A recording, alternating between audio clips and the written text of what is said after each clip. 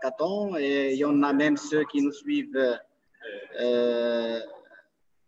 le déroulement des ateliers avec nous depuis le matin. Voilà, nous sommes sur la dernière ligne droite du programme d'aujourd'hui. Cet atelier portera sur la finance internationale et start-up. Et nous sommes honorés aujourd'hui d'avoir parmi nous Madame Manal Barnoussi, qui est directrice de la stratégie des partenariats et de la communication chez Casablanca Finance City. Elle a également occupé le poste de vice-présidente de la commission communication à la CGEM. Donc voilà, Madame El Barnoussi, après des années d'expérience dans le secteur du conseil à Paris, a rejoint Casablanca Finance City dès sa création en 2010, où elle a depuis occupé plusieurs responsabilités. Madame El Barnoussi pilote également le développement de partenariats avec d'autres places financières internationales et aussi le lancement du Africa Innovation Lab, qui est une structure pour favoriser l'émergence de startups innovantes fintech. Voilà, donc la séance d'aujourd'hui nous permettra d'avoir une discussion collégiale afin de recueillir les idées, des recommandations et des pistes d'amélioration permettant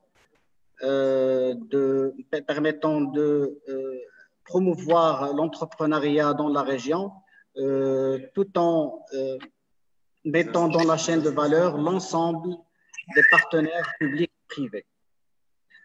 Voilà, pour le bon déroulement de l'atelier, je me permets de rappeler quelques règles. S'il vous plaît, pour les personnes qui n'interviennent pas, merci de couper vos micros. Et n'hésitez pas à écrire vos commentaires sur le chat qui seront bien évidemment pris en considération pour la séance de restitution. Donc voilà, sans beaucoup tarder, je passe la parole à Madame Manal Barnoussi, que je la remercie énormément. Merci. Merci. À vous la parole. Merci beaucoup, Sissed, pour cette introduction. Mes remerciements à la région aussi pour cette belle initiative. تحية لجميع المشاركين والمشاركات اللي تستمعوا لنا اليوم. مرحبا بكم معنا في الأشغال ديال هذه الورشة. إلا سمحتوا لي غادي نتكلم باللغة الفرنسية حيت معنا ضيوف من مؤسسات أجنبية. Donc, mesdames et messieurs, bonsoir et bienvenue à toutes et à tous. Tout d'abord, je tiens à vous remercier de vous connecter aussi tard, un samedi soir, de prendre de votre temps de famille pour passer ce moment d'échange avec nous. J'aurai le plaisir donc de modérer cette séance et je me réjouis par avance de nos échanges. Nous avons un peu moins d'1h30 à passer ensemble, beaucoup de sujets importants à aborder et à couvrir. Et donc, afin de donner la possibilité à l'ensemble de nos intervenants de prendre la parole, je souhaiterais vous suggérer qu'on retienne des idées précises, courtes, simples, pour répondre à l'objectif qui nous a été fixé. La séance va se dérouler en 2 temps. Nous passerons la première heure à échanger d'abord sur le constat et sur les challenges sur la base de vos expériences et votre vécu. Puis nous garderons 20 minutes à la fin où je vous redonnerai la parole pour que vous puissiez proposer à ce moment-là des propositions concrètes pour relever ces challenges-là. Puis je ferai une courte synthèse, je tenterai de faire une synthèse de nos échanges avant de clôturer la séance. La synthèse servira à une restitution globale qui sera menée demain matin et qui servira à alimenter le comité de veille économique de la région. Voilà, parmi nous ce soir, plusieurs experts et acteurs du secteur public et privé. Je ferai les présentations au fur et à mesure. Je vous remercie encore une fois d'être parmi nous ce soir. Certains sont connectés via Zoom, d'autres nous suivent sur les réseaux sociaux. En tout cas, n'hésitez pas, les uns et les autres, à faire part de vos idées dans les commentaires. Une équipe dédiée est là pour les traiter. Alors, finance internationale et start-up, c'est le sujet que nous allons couvrir ce soir. Le lien entre les deux peut ne pas sembler évident et en même temps, nous vivons dans un monde de plus en plus globalisé.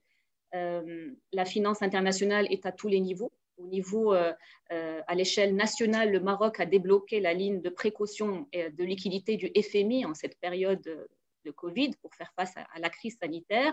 Et à une échelle plus locale, grâce notamment aux bailleurs de fonds internationaux, de nombreux projets d'accompagnement et de start-up et d'innovation de manière générale sont soutenus. Nous aurons l'occasion d'en parler un peu plus tard.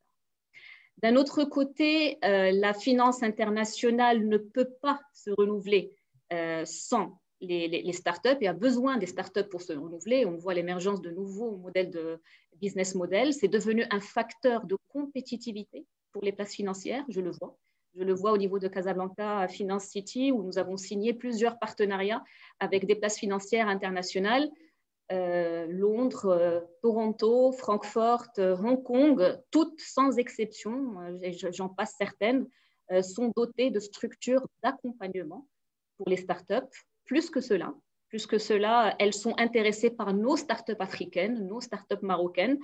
On ne peut donc aujourd'hui pas être compétitif si on ne favorise pas l'émergence de cet écosystème. L'émergence de l'écosystème des fintech, plus spécifiquement dans le cadre de la finance et plus globalement l'émergence de l'écosystème innovation. C'est la raison pour laquelle au niveau de Casablanca Finance City, nous lançons le Africa Innovation Lab en concertation avec la région de Casablanca Stat, bien entendu, la région qui elle-même, en partenariat avec Maroc PME, et la Fondation Mohamed V a lancé cette année un projet d'incubation de près de 500 startups pour accompagner des jeunes entrepreneurs, à peu près 500 par an sur une période de 2 ans. Par ailleurs, la région a également lancé une étude pour définir une offre régionale intégrée à destination des entrepreneurs et des investisseurs de la région Casablanca-Stat, y compris les startups. Et donc, justement, sans plus tarder, pour nous en parler, je souhaiterais commencer par M. Namou. M. Namou, êtes-vous parmi nous? Oui, tout à fait. Je vous entends, Madame Bernossi. Monsieur Namou, bonsoir. Vous êtes directeur général du cabinet SIS Consultant, un cabinet marocain d'études et de conseils qui accompagne depuis plus de 35 ans des établissements publics et privés dans la conception et la réalisation de leurs projets stratégiques. Donc vous accompagnez le bras exécutif de la région, la REP, dans l'établissement de cette étude. Ma première question pour vous, Simamo, si vous pouvez nous parler brièvement en quelques minutes de cette étude et surtout vous attarder sur le constat et les challenges que vous avez relevés. À vous la parole, Simamo. بسم الله الرحمن الرحيم والصلاة والسلام على سيدنا محمد وعلى آله. تحية طيبة إلى الجهة اللي أعطتنا هذه الفرصة باش نذكروا فيها جميعا على واحد الموضوع اللي كيهم التطور ديال بلادنا وخصوصا بعد هذه الأزمة. Je vais faire comme Madame Bernossi, donc je vais switcher sur le français. Et je tiens à remercier Madame Bernossi pour l'animation de cet atelier, de cet événement qui est quand même très important. Et comme elle l'a déjà dit, donc je représente le cabinet SIS Consultant qui depuis plus de 35 ans, donc nous sommes là et puis nous étions toujours là pour accompagner les différentes administrations et établissements publics dans leurs projets structurants et un certain nombre de réformes aussi. Et c'est avec un grand plaisir que nous avons accompagné justement la région du Grand Casablanca pour la réalisation d'une étude très pertinente qui a porté sur la définition d'une offre régionale intégrée à destination de pratiquement donc, les différentes catégories d'entreprises, dont notamment les startups, comme on va le voir tout à l'heure. Bien évidemment, comme vous le savez, selon la loi organique relative aux régions, la région est là comme attribution de soutenir donc, les entreprises en vue donc d'une meilleure attractivité des investissements. Et c'est justement dans l'une de ces préoccupations qui concerne le développement de l'entreprise, l'innovation et l'emploi, que cette étude, donc, justement, a été lancée et a visé un certain nombre, je dirais, de catégories d'entreprises qui sont connues jusqu'à maintenant, donc, à savoir bon, des grandes entreprises, bien évidemment, les investisseurs, les petites et moyennes entreprises, les TPE aussi, et puis les auto-entrepreneurs, et puis surtout les startups qui font l'objet justement de notre atelier d'aujourd'hui. Alors, comme demandé par Madame Bernossi, donc nous avons donc à travers donc cette étude mené un certain nombre d'investigations, dont notamment l'écoute de pratiquement une catégorie, je dirais, de représentants de start-up dans différents secteurs d'activité, qui représentent aussi les différentes provinces de la région, qui représentent aussi les différents, je dirais, préoccupations majeures, les difficultés, les dysfonctionnements qu'ils vivent tous les jours. Et ce qu'on peut dire comme constat majeur, c'est tout d'abord qu'aujourd'hui, au niveau du Grand Casablanca, il existe une multitude d'acteurs et d'opérateurs sur le marché casablancais, les banques, les institutionnels, les incubateurs, les universités, etc., qui interviennent et qui offrent justement des prestations de services, des produits et des services au profit de cette catégorie particulière qui est donc les startups. Il existe aussi une diversité des produits et des services offerts, donc une diversité au niveau de l'offre. Et puis, aujourd'hui, le constat majeur, c'est que les concernés, c'est-à-dire les startups, parfois, ils se trouvent un petit peu, je dirais, noyés dans cette panoplie un petit peu de produits et de services qui existent, sans pour autant parfois couvrir pratiquement tous les besoins qui sont exprimés par ces start-upers. Alors, les problématiques spécifiques de ces start-upers, c'est que un des constats majeurs, c'est que ces offres de services ne couvrent pas de bout en bout pratiquement donc les besoins. Comme vous le savez, dans les startups, donc on peut définir un certain nombre, je dirais, de catégories, hein, pour être très explicite. Donc, pratiquement, donc, il y a eu un certain nombre, je dirais, d'expressions de besoins qui sont revenus souvent lors des investigations menées, que ce soit au niveau de focus group ou d'interviews directement. C'est que généralement, ces start-upers ont ou très peu l'occasion d'accéder à des opportunités, à des business, à des networking. Ils ont besoin d'espaces de coworking, ils ont besoin d'accéder à des informations fraîches qui reflètent la réalité du marché, pourquoi pas parfois des études de marché sur un certain nombre de secteurs d'activité qui intéressent la région ou, par exemple, la province dans laquelle ils exercent. Ils ont besoin de formation, ils ont besoin d'être accompagnés. Bien évidemment, cette formation, cet accompagnement dépend bien évidemment de la start-up, où est-ce qu'elle se trouve. Il y a donc des start-up qui sont émergents, qui viennent de sortir de l'université ou de l'école, donc ils ont à peine une idée qu'ils veulent transformer en projet, et donc ils ne savent pas comment assurer cette transformation.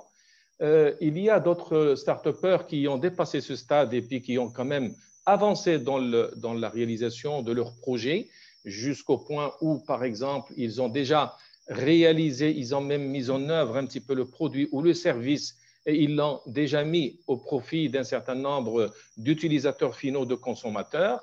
Et donc, à ce stade-là, ils ont besoin d'étendre un petit peu donc, leur start-up. Et là aussi, donc, ils ont un besoin spécifique en matière de formation et d'accompagnement. Il se trouve aussi qu'il y a une autre catégorie de start-upers qui ont dépassé ces stades et qui ont besoin, par exemple, de tendre un petit peu leurs activités pour industrialiser le concept, pour vendre beaucoup plus, soit au niveau national ou même au niveau international. Et là aussi, ils ont des besoins spécifiques, particulièrement en matière de formation et d'accompagnement. Et ce qui revient bien évidemment très souvent, c'est justement cet aspect de financement. Ils ont toujours besoin de financement. Chaque start-upper, en fonction de l'étape dans laquelle il se trouve, il a un besoin particulier en financement. Donc, les premiers, par exemple, on peut même donner des ordres de grandeur. Ça peut tourner aux alentours parfois entre 50 et 100 000 dirhams. La deuxième catégorie, ça peut aller entre 400, 500, ça peut arriver jusqu'à 1 million de dirhams. Et pour la troisième catégorie, ça peut dépasser parfois quelques millions de dirhams, voire 3, 4, 5 millions de dirhams, parce que là, on a besoin de lever des fonds pour justement étendre l'activité et assurer une certaine croissance de l'entreprise. Voilà un petit peu donc les constats majeurs, hein, si vous voulez. Il y a un autre besoin qui est peut-être d'ordre qualitatif, mais qui est très important. Depuis ce matin, on a parlé d'assurer, si vous voulez, donc pour les entreprises, un climat des affaires qui serait serein, qui faciliterait un petit peu donc beaucoup de choses donc au niveau de l'entreprise. Alors là, pour les startups, il y a lieu aussi de penser à mettre en place un climat des start-upers, c'est-à-dire un écosystème qui leur soit propre, mais qui va être là pour leur rendre service, pour résoudre leurs problèmes, pour les accompagner réellement. Et chaque catégorie a sa part, parce que pour chaque catégorie, on va faire appel à des prestations bien précises. Donc, un deuxième besoin qu'on peut aussi citer, c'est l'adaptation des solutions. L'adaptation des solutions dans le sens où, bon, tout le monde fait des benchmarks aujourd'hui pour voir un petit peu ce qui se passe dans les grandes places financières. Je dirais qu'il ne s'agira jamais pour notre pays de faire des copier-coller de solutions peut-être qui existent par ailleurs. S'en inspirer, oui, d'accord, mais quand on va arriver à notre pays pour mettre en place un petit peu des solutions, il y a un fort degré d'adaptation. Et tout à l'heure, j'ai écouté donc Adil Lemnini et j'ai bien aimé un petit peu donc sa proposition. Bon, on n'est peut-être pas arrivé au deuxième point, Madame Balnoussi, mais je profite un petit peu.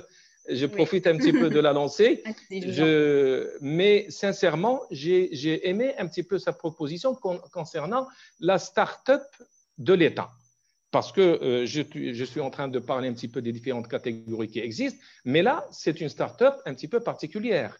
C'est une start-up de l'État qui, elle, va être à la disposition de… Bon, dans le cas dans lequel il a parlé, c'est un petit peu les commerçants, qui n'ont peut-être pas les moyens de faire eux-mêmes, de réaliser des sites, etc., mais qui vont venir chez cette start-up de l'État, qui va être, si j'ai bien compris, donc un espace dans lequel on va concentrer des compétences qui vont être à la disposition de ces commerçants pour leur rendre énormément de services, particulièrement un accompagnement, le montage, etc., etc. Et donc, là aussi, on va certainement, j'espère que c'est Adil, donc en transmettant à Sil Bakouri, donc ce genre de proposition, c'est une proposition qui est tout à fait alléchante et réaliste. Et là, donc, pour aller dans le sens de l'adaptation, justement, avec notre contexte marocain. Alors, très rapidement, je sais que le temps, il est contre nous. On y reviendra sur la partie de propositions. D'accord. Donc, je reste toujours dans les constats. Alors, en matière de formation et accompagnement, j'ai dit tout à l'heure que les start-upers, ils ont un grand besoin à ce niveau-là. Mais le constat majeur, c'est que, pas tout le temps, mais souvent, nous avons des formateurs au niveau des universités particulièrement. J'ai beaucoup de contacts avec les doyens, avec les profs, avec les enseignants. C'est très beau ce qu'ils font, c'est des choses extraordinaires, surtout lorsqu'on a discuté avec les 4 universités de la région. Ce qui a été constaté, c'est que ces formateurs et ces accompagnateurs, ça mériterait d'être professionnalisé dans le sens où cette formation doit obéir à un référentiel qui doit assurer à ces start-upers justement une certaine formation. On a toujours besoin de fondements théoriques avec les profs, avec les enseignants, avec les doyens, etc. Mais ces start-upers, ils ont besoin de résoudre des problèmes au quotidien qu'ils rencontrent dans la vie quotidienne de leur start-up. Donc, on va combiner la théorie, mais on a besoin beaucoup plus de pratique. Donc, les formateurs eux-mêmes doivent être formés sur cet esprit d'entrepreneuriat, sur cet esprit de start-up, etc. Donc, il y a lieu de professionnaliser un petit peu donc ce travail. Voilà, donc je vais peut-être m'arrêter à ce niveau-là, au niveau des constats majeurs, pour ne pas trop monopoliser donc la parole. Et puis, merci Madame Bernossi. Merci infiniment, Simamou. Vous avez cité plusieurs aspects pour effectivement poser le cadre et lister quelques-uns des challenges que nos intervenants ne manqueront pas de compléter, mais effectivement, l'offre de services qui ne couvre pas de bout en bout tous les besoins, surtout en fonction des différentes catégories de start-up, le besoin de financement qui reste et restera toujours présent, le point très important sur la formation, effectivement, et le besoin de couvrir cet aspect en amont et de développer l'esprit entrepreneurial en amont la phase de formation. Et je reviendrai vers vous aussi, Mamo, pour étayer plus tard les solutions et aussi évoquer la start-up de l'État. Je vois que si Adil Mieni nous a rejoint, je remercie d'être parmi nous. Nous aurons l'occasion de revenir sur cette idée. Donc, autre institution qui apporte son soutien pour l'écosystème entrepreneurial et les startups vertes notamment, je vois parmi nous Ihsan Loudi. Merci d'être parmi nous ce soir. Vous êtes spécialiste secteur financier à la SFI et gestionnaire de projets. Vous travaillez principalement sur des projets d'assistance technique autour de l'infrastructure financière au Maghreb, ainsi que sur l'entrepreneuriat. Madame Loudi, je vais vous demander d'ouvrir votre micro parce que je vois qu'il est fermé. Est-ce que vous pourriez en quelques mots nous donner la réponse générale de la SFI déjà en cette période de crise Covid et aussi votre appréciation à vous des challenges que rencontrent aujourd'hui nos startups? Très bien. Merci Madame Bernossi et merci à la région de Casablanca-Stade de nous avoir invités à cette table ronde. D'ailleurs, je voulais vous saluer, Madame Bernossi, ainsi que toute l'équipe de CFCA qui accompagne vraiment le rayonnement des entreprises de toute taille, de tout secteur sur le continent africain. Donc, bravo à vous. Et effectivement, cette crise de Covid est une crise sans précédent au niveau global et affecte particulièrement les TPME, y compris les startups, surtout bien sûr comme des pays comme le Maroc en voie de développement. Donc la SFI et l'ensemble de la Banque mondiale s'est mobilisé assez rapidement auprès de nos clients, partenaires publics et privés, afin de faire face à cette crise. Notamment, la SFI a mobilisé une enveloppe de financement de 8 milliards de dollars qui vise principalement à soutenir nos clients publics ou privés qui sont en difficulté, mais aussi les institutions financières. Et vraiment, l'idée, et ce que nous pensons qui est très important, c'est d'assurer, bien sûr, la durabilité des entreprises et des emplois, surtout quand il s'agit de secteurs ou d'entreprises vulnérables. Et en parlant d'entreprises vulnérables, il y a bien sûr les entrepreneurs et les startups, qui peuvent vraiment être un moteur de croissance important si on leur donne la chance de faire ça, bien sûr. Donc, par rapport à un type d'assistance technique ici au Maroc pour les startups, la SFI, en partenariat avec la CGEM, vient de lancer une initiative qui s'appelle Solidaritech.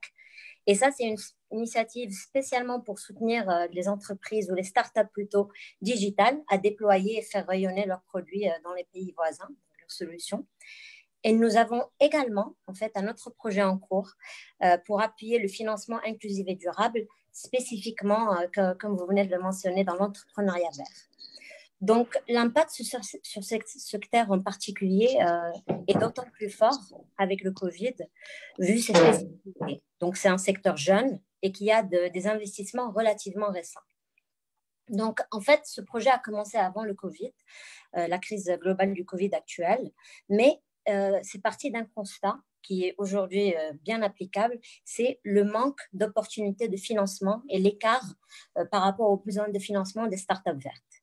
Donc, c'est un projet, c'est le Morocco Climate Entrepreneurship Project, donc un projet de climat, entrepreneuriat climat, qui est fait en partenariat avec le cluster solaire, qui accompagne vraiment toute la place verte, que ce soit les entreprises start-up ou TPME, et qui a été rendu possible grâce au soutien notamment des gouvernements de l'Allemagne, de la Norvège et des Pays-Bas. Donc, en fait, ce projet, comme j'ai dit, a commencé il y a une année avec une composante qui est spécifiquement dédiée aux startups et entrepreneurs verts. Et c'est une formation et des opportunités de networking autour de tout ce qui est préparation à l'investissement. Donc, un investment readiness. Ça s'appelle le Green Business Booster et nous venons d'entamer la 2e année pour cela. Et là, tout récemment, il y a un mois ou deux, nous venons de lancer une nouvelle composante sur ce projet. Et c'est une composante qui vise à travailler de très près avec les investisseurs locaux et internationaux, notamment pour renforcer les liens avec les startups vertes et l'écosystème entrepreneurial en général. Et je dois souligner que ce projet a été fait en collaboration avec plusieurs partenaires, notamment la CCG, que je pense qui fait partie de ce tour de table. Absolument. Exactement, ainsi que d'autres partenaires de l'écosystème entrepreneurial. Donc, on a remarqué un gap, on essaie de l'adresser et c'est vraiment maintenant le moment de donner un peu plus de visibilité et de soutien aux startups, notamment vertes au Maroc. Donc, voilà. Je garde les recommandations pour plus tard. Très bien, merci beaucoup Ihsan Lodi. Je mentionne au passage que la SFI et la région de Casablanca Stage ont signé en début d'année le premier prêt commercial sans garantie de l'État accordé à une région marocaine près d'un montant de 100 millions de dollars. Il me semble même que c'est le premier prêt de ce genre à être accordé en Afrique au Moyen-Orient. Merci encore, on reviendra sur les recommandations. Je vais me tourner maintenant vers vous, Monsieur Idrissi Amraoui Omar. Bienvenue parmi nous. Vous représentez la CCG ce soir. Vous êtes chef de service fonds d'investissement en charge du déploiement des activités du fonds InnovInvest. Le fonds InnovInvest, je le rappelle, a été mis en place en 2017 par le gouvernement marocain avec l'appui de la Banque mondiale. Il reste aujourd'hui le principal outil dédié au financement de l'innovation. Est-ce que vous pourriez nous donner une idée sur le nombre de startups qui vont bénéficier de ce financement de manière générale à ce jour, pour quel montant global, et aussi votre perspective à vous, CCG, sur le constat que vous faites de l'écosystème aujourd'hui et des difficultés auxquelles il fait face. À vous la parole, s'il vous plaît. Bonjour à tous. Donc, merci Madame Banoussi de nous avoir invités pour cette table ronde. Merci également à la région de Casastad. Donc voilà, je représente la Caisse centrale de garantie et je vais commencer mon intervention pour présenter un petit peu notre activité à la CCG et nos différents champs d'intervention. Donc en fait, on est un établissement public. Et en fait, notre mission, c'est de faciliter l'accès au financement aux entreprises de manière générale. On opère à travers 3 principaux champs d'intervention, à travers la garantie, à travers le historique et tout dernièrement à travers des interventions en haut de bilan. Donc, c'est notamment là que nous intervenons à travers le fonds InnovInvest. Donc, juste donc le fonds InnovInvest, juste un petit peu pour préciser, certaines personnes ont tendance un petit peu à le réduire à de simples mécanismes de subvention de prêt d'honneur à des entreprises de forçage. Or, c'est un dispositif beaucoup plus complet qui cible des startups en amont, des porteurs de projets très en amont, à travers des amorçages notamment en subvention et en prêt d'honneur, avec une offre d'accompagnement également. Mais également, cela permet, le fonds InnovInvest accompagne également à travers des outils d'investissement en capital et en quasi-capital via des fonds d'investissement. En fait, pour dire, c'est que le fonds InnovInvest a été élaboré une solution alternative pour les startups. Il est venu pour combler un gap de financement des startups qui ne pouvaient pas bénéficier de financement classique, notamment à travers le secteur bancaire,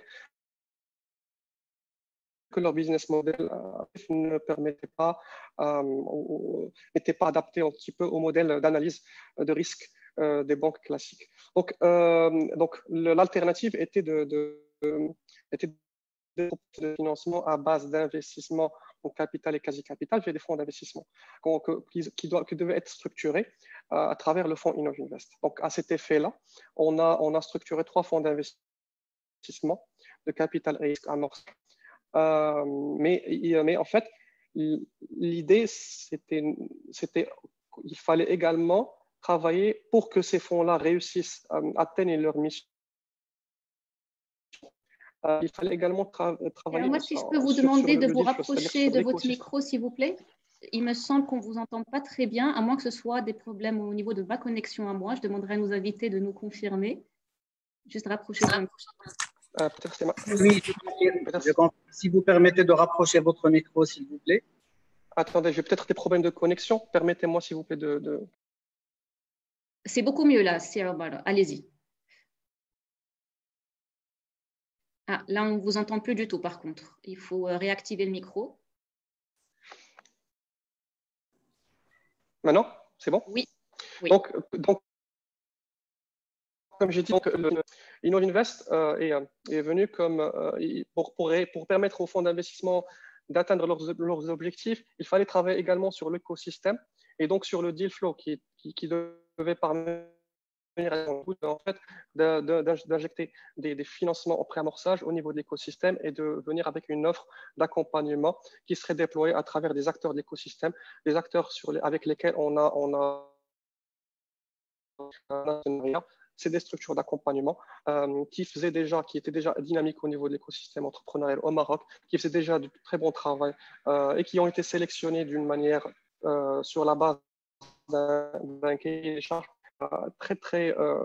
disons, avec des critères très exigeants.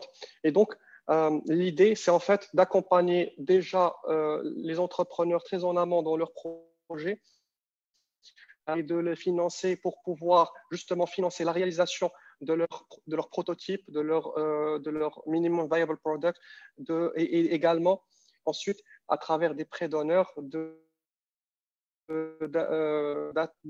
pouvoir réaliser une première traction commerciale, ou ce qu'on appelle la market fit, justement pour obtenir des startups suffisamment matures et autonomes qui pourraient disons, prétendre bénéficier des investissements à travers des fonds d'intervention à travers des fonds d'investissement capital risque. Donc, tout ça est un projet très intégré, très complet, avec beaucoup de mécanismes dont je ne m'attarderai pas pour l'instant. Donc, depuis le lancement effectif des composants du fonds InnovInvest en 2017, à date d'aujourd'hui, on a financé quelque chose comme 200 startups. 200 startups, soit environ 100 millions de dirhams de financement, à la fois en subvention, en prêt d'honneur ou en capital. Donc, tout ça pour vous dire le potentiel de l'écosystème actuel, de l'écosystème entrepreneurial au Maroc, le potentiel des projets qu'on arrive à financer, parce qu'il faut savoir que ces projets-là passent par un mécanisme de sélection assez rodé. Donc, c'est des appels à projets, ils passent devant des comités externes, des comités de structures d'accompagnement composés d'experts qui vérifient en fait le potentiel du projet, l'innovation, le caractère innovant du projet, le potentiel de marketabilité de ces projets-là. Ils bénéficient ensuite des financements. Puis ensuite, ces projets-là sont ensuite sélectionnés par des fonds d'investissement qui sont encore plus exigeants en matière de rentabilité, de perspectives d'activité future pour ces startups. À date d'aujourd'hui, comme j'ai dit, 200 entreprises, 200 startups ont été financées. 200 startups, 100 millions de dirhams de financement. 100 millions de dirhams ont été financés. En différents formats. Très bien. Merci beaucoup pour ces éléments, Sir Omar. On reviendra sur la partie proposition et puis peut-être que vous, de votre perspective, vous avez en tête des nouveaux projets, de nouvelles propositions qui seront mises en place à votre niveau. Je souhaite maintenant passer à prochain invité qui est Mounsef Rzala. Vous êtes là, Monsieur Mounsef? Alors, oui, je suis là. Je suis là. Bienvenue et bonsoir et merci d'être parmi nous. Vous représentez ce soir le secteur bancaire. Vous êtes directeur animation du marché de l'entreprise à la Banque Centrale Populaire. Je vais naturellement vouloir vous poser la question à vous sur l'adéquation de l'offre de financement avec les besoins des startups dans un premier temps. Puis, j'aurais envie de faire un zoom sur le volet FinTech. Les banques doivent vraiment jouer un rôle actif dans le développement des FinTech, les laisser se développer et signer des partenariats commerciaux avec eux, pourquoi pas, pour leur permettre de se développer. Je sais que la BCP est sensible à ce sujet et que vous avez notamment organisé le FinTech Challenge. Parlez-nous un petit peu de votre perspective, Simone Serzella. Merci. Tout d'abord, je tiens à remercier la région de Casa Stat pour cette belle initiative et d'y avoir associé la Banque Populaire. Merci également à Madame Bernoussi pour l'animation de cette table ronde fort intéressante et qui apportera certainement des recommandations qui permettront d'aller de l'avant dans ce sujet de financement et d'accompagnement des startups. Il n'est pas sans savoir que la Banque Populaire, en tant qu'acteur financier sur le marché national, accompagne toutes les franges d'entreprise, allant bien sûr de la start-up, de la TPE, la PME et jusqu'à l'accompagnement des structures de la grande entreprise et des institutionnels. Par rapport au sujet d'aujourd'hui qui est la start-up, l'intervention de la banque, il s'articule en fait sur 3 grands axes. Si on peut les répertorier, ce sont un axe de financement bancaire. Et là, je répondrai à votre question qui est l'adaptation ou l'adéquation de cette offre aux besoins de la start-up, parce que la start-up, c'est une structure qui est agile, qui change rapidement d'échelle. Donc, il faudrait l'accompagner à tous les étapes de son développement avec des produits bien adaptés. Deuxième volet, c'est en fait, a été souligné par l'un des intervenants, c'est en fait l'accompagnement sur la partie du haut de bilan. Parce que parfois, les entreprises start-up n'ont pas uniquement besoin de lever de la dette, mais ils ont également besoin de lever de l'equity parce que le développement ne peut pas aller uniquement avec l'endettement. Et bien sûr, le troisième sujet qui est très, très intéressant et très important pour nous à la Banque Centrale Populaire, en fait, cet accompagnement direct que nous offrons à la start-up à travers l'agrégation d'un certain nombre de start-up autour de ce qu'on fait. Et là, il n'y a pas mieux qu'il y a une personne qui nous suit aujourd'hui, qui est parmi nous. Il y a Madame Beiz Zineb qui a suivi toute la partie FinTech Challenge. Peut-être qu'il dira un petit mot là-dessus. Il est la meilleure à pouvoir en parler.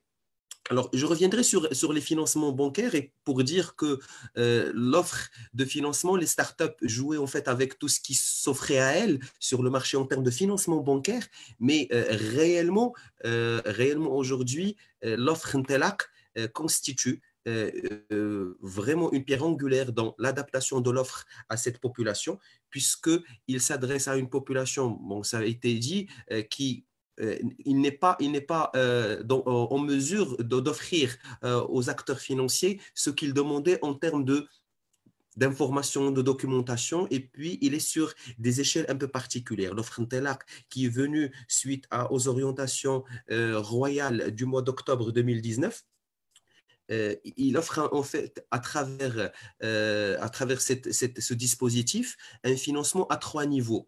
En fait, c'est un financement fait de l'investissement, puisque bon, on est là pour aider l'entreprise à démarrer son activité. Donc, il faut absolument financer l'investissement de départ.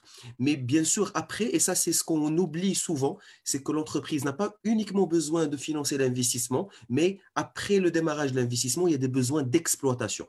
Donc, il y a également, à travers cette offre, à la Banque Populaire, nous avons mis en place une offre qui permet de financer également l'exploitation à travers 2 mesures, que ce soit de l'amortissable ou du revolving. Et la troisième partie, qui n'est pas des moindres, même si le montant n'est pas très important, mais qui est intéressante pour certaines structures, parce que bon, il y a certaines structures qui nécessitent des petits montants pour pouvoir démarrer, c'est le fameux prêt d'honneur, Start TPE, qui permet un peu de donner des crédits à 0% à des entreprises pour pouvoir démarrer ou couvrir un certain nombre de besoins. L'offre Ntelar, comme j'ai dit, a permis un peu de couvrir le besoin d'un certain nombre de TPE ou de startups. Et à la Banque Populaire, nous ambitionnons, à travers cette offre, d'accompagner le maximum d'initiatives. C'est ce qui nous a un peu orienté vers le deuxième pavé du financement bancaire, qui est s'associer à des structures labellisées par la CCG pour pouvoir véhiculer les deux grands produits de la CCG qui sont InnovStart et InnovIdea, InnovStart. Et à travers ces conventions avec ces incubateurs et ces accélérateurs, nous ambitionnons en fait d'offrir un dispositif complet d'accompagnement qui vise à accompagner en amont, accompagner en aval ces structures, parce qu'il ne faut pas oublier que ce n'est pas à travers l'investissement et on les lâche dans la nature, il faudrait assurer un accompagnement post-investissement. On ambitionne également d'offrir à ces structures, à ces startups, des formations ciblées sur des sujets d'actualité et qui vont leur permettre d'accélérer rapidement nous leur offrons également des séances de mentorat individualisées avec des experts métiers de la banque et bien sûr des financements sur mesure qui sortent un peu d'un tel art parce que ce sont parfois des structures qui demandent beaucoup plus que les 1,2 million qui sont dans le cadre d'un tel art. Et là, nous sommes prêts à les accompagner sur des montants un peu plus élevés. Alors, ce qui m'amène à parler en fait lorsque l'entreprise a un besoin beaucoup plus important. Aujourd'hui, le groupe Banque Populaire, il dispose en plus de la banque classique, la banque universelle, de filiales spécialisées dans la banque d'affaires. Et donc aujourd'hui, à travers l'offre diversifiée du groupe, nous pouvons également accompagner ces startups sur la levée de liquidity à travers Shabi Capital Investment, qui est une filiale du Upline Group, qui est la banque d'affaires du groupe Banque Populaire. Et là, c'est un accompagnement sur mesure parce que ça dépend de la taille, les potentiels de développement que en fait, l'intervention du fonds est taillée. Et puis, bien sûr, sans oublier Maroc Numeric Fund, auquel nous sommes associés également, dont en fait, le premier fonds est totalement investi, le deuxième est en cours. Donc, c'est quelque chose qui permet un peu également d'accompagner les startups. Ce sont les deux grands axes d'intervention de la banque. Par rapport au troisième axe, comme j'ai dit, je laisserai Mme Beyz parler beaucoup plus en détail sur le FinTech Challenge, qui est une initiative à souligner parce qu'elle est très importante. Mais à côté de ça, nous avons, bon, il est connu de tout le monde qu'aujourd'hui, nous avons acquis une start-up qui aujourd'hui oscille autour du groupe Banque Populaire, qui est M2T. Et qui en fait vient de ce dispositif et nous avons une filiale qui est en fait un agrégateur de start-up pour le développement des activités bancaires et qui est PCA qui en fait chapeaute toutes les activités monétiques de la banque. Donc si Madame Beyz peut prendre la parole, il pourrait continuer à parler de FinTech Challenge parce qu'elle a suivi de très très près. Merci. Je vous remercie Madame.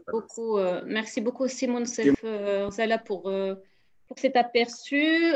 Zine Beyz, bonsoir. Vous êtes directrice innovation et partenariat. Vous la parole sur l'aspect FinTech. Bienvenue parmi nous. Merci Menel, donc merci Monsef pour l'intro. En fait, justement, avant de parler du FinTech Challenge, justement ce qu'entreprend aujourd'hui la Banque Populaire avec les startups, juste pour revenir à la définition de ce qu'on veut dire par une startup. Donc, avant tout, la startup, c'est une entreprise qui propose un produit ou service innovant. Donc, quand on parle d'innovation, ça parle de nouveauté, c'est une nouveauté dans le procédé, dans le processus de production, dans la chaîne de valeur. Et puis, surtout, c'est une structure à fort potentiel de croissance qui est capable de se développer aussi bien sur son marché local que son marché national et international. Donc, l'aspect scale-up est très, très important. L'aspect technologique est aussi important, même si il varie d'une start-up à une autre. Et très souvent, au Maroc, en fait, quand on parle de start-up, ce n'est pas la même définition que nous avons par rapport aux startups de la Silicon Valley, bien entendu, mais ce sont des TPE à forte composante technologique avec un grand potentiel de scale-up à l'international. Donc, la startup ne vit pas seule. Elle vit, comme on l'a vu tout à l'heure, comme ce qui a été cité, dans le cadre d'un écosystème d'acteurs qui sont essentiels aussi bien à sa création que son développement. Donc, nous avons les universités, nous avons les coworking space qui ont été évoqués par M. Mamou tout à l'heure. Nous avons les institutions comme le FMI, comme la World Bank, comme tout à l'heure, les structures d'accompagnement. Nous avons l'association MSEC aujourd'hui qui regroupe toutes les structures d'accompagnement, incubateurs et accélérateurs et qui est vraiment très, très fort dans l'écosystème start-up marocain.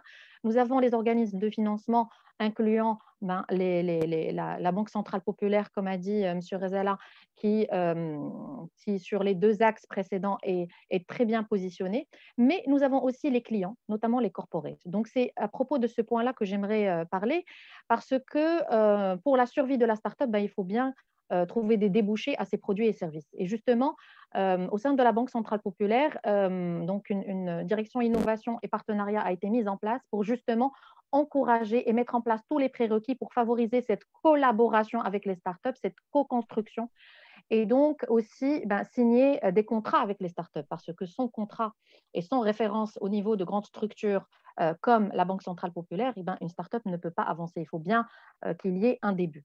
Donc justement, nous avons lancé le FinTech Challenge, qui est en fait un programme qui nous a permis justement de sourcer un certain nombre de FinTech qui répondent à 5 besoins clés de la Banque centrale populaire. Donc, nous avons eu plus de 1200 candidatures.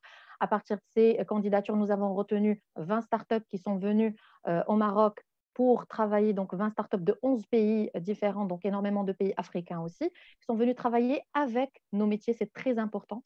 Nous ne sommes pas sur quelque chose qui se fait en 48 heures. Nous sommes sur un travail de longue haleine. Donc, il y a eu un travail qui a été fait en amont pour répondre vraiment à des besoins qui ont été exprimés par les métiers. Nous avons co-construit et aujourd'hui, nous avons retenu 6 startups.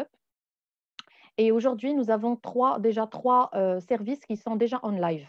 Nous avons signé 3 contrats, donc avec 3 startups. Je suis vraiment ravie parce qu'aujourd'hui, l'output de tout ça, c'est que nous avons mis en place des nouvelles façons de travailler, parce que travailler avec une startup, c'est très différent que travailler avec un autre corporate de même taille.